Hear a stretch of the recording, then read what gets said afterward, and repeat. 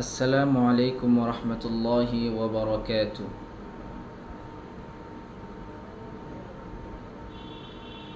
বুখারী শরীফের 3197 নম্বর হাদিস।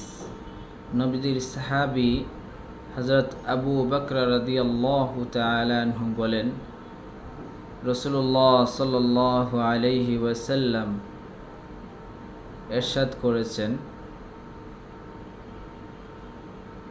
আল্লাহ রব্বুল আলামিন যেদিন থেকে আসমান এবং জমিন সৃষ্টি করেছেন, বানিয়েছেন, সেই দিন থেকে তার কাছে মাসসমূহের গণনা হলো 12 মাস। এই 12টি মাসের মধ্যে নবী বলেন, এই 12টি মাসের মধ্যে 4টি মাস হলো সম্মানিত।